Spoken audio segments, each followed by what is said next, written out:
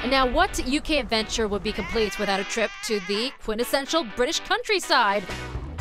And when the mega rich go rural, they travel in true British style.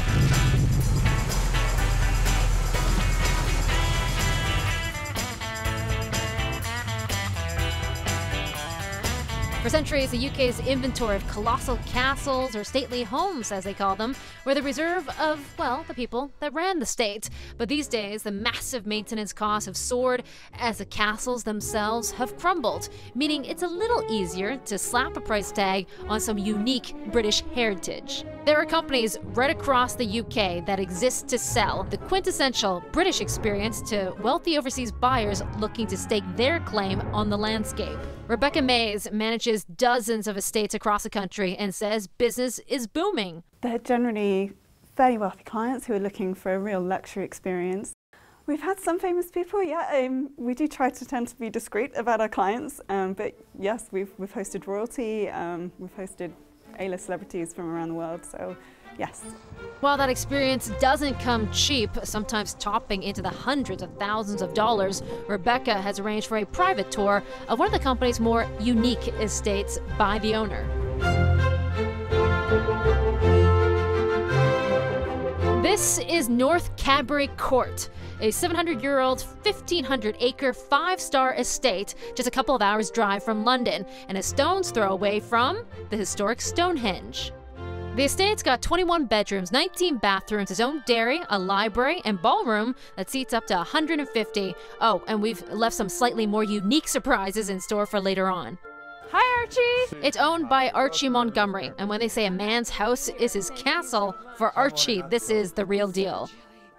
So Archie, a lovely place you have here. How old is this estate?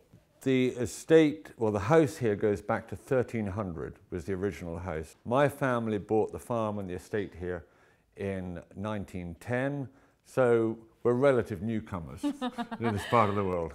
Archie says the house has to pay its way, and that has seen some pretty high-end guests stop by the estate with some pretty unique demands. I know you're a very discreet man, and you probably don't like the celebrity spotlight, but has anyone famous stayed here before? Well, we couldn't possibly let all our secrets out, but we've had Bob Geldof has done a concert here for charity, and we were approached by the Rolling Stones manager, but sadly we're already booked. Well, after all that, if Mick Jagger couldn't get in, I really got to take a look at the Cadbury estate, don't I?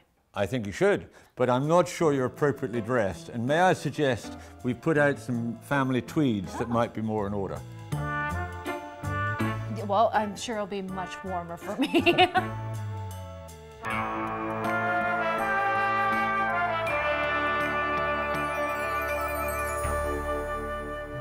Now, despite the Rolling Stones not making it into the estate, this place is famous in its own right. In 2007, North Cadbury Court was used to film the Jane Austen movie, but when it's not moonlighting as a film set, it's the house's more recent additions that seem to net the highest worth guess. Given that this is a country estate that was first built in the 1300s, there are some modern touches that might surprise you. Don't fancy busting a bolero in the ballroom? Yes, even a nightclub in the basement. This is about as far away from Vegas as you can get, but fancy your chances at roulette? Or if the weather's playing ball, how about a quick round of tennis or even rooftop golf? Still, with all these activities on offer and with the weather setting in, it's almost time to get back to the city.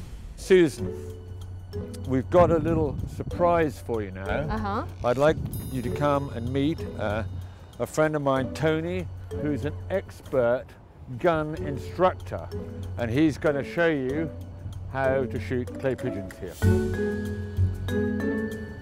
Well, I've never shot anything before. Not a problem. Okay, so he says. Nice to meet you, Tony. And you. Nice to meet you. Let's give it a go.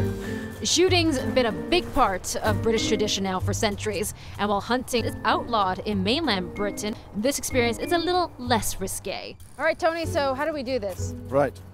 It always starts with a safety briefing. Safety first? Safety first. Shooting is no accident. That's one way to put it, yes.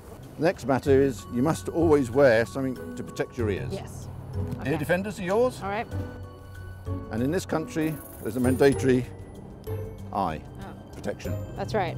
Nobody wants to lose an eye. Nobody wants to lose an eye. No. Depending on what you're shooting, you may have to wear a cap. We don't need a cap today. It would ruin my hair. Are we ready? Yeah, I think. Pull. Oh, Not a problem. missed that one. Even experienced shooters can miss the clay on occasion, and if it looks easy, it isn't. About 2 fingers above the barrel. 2 fingers above the barrels. Oh, just to the right of it. It really isn't. Oh, Check! How is that?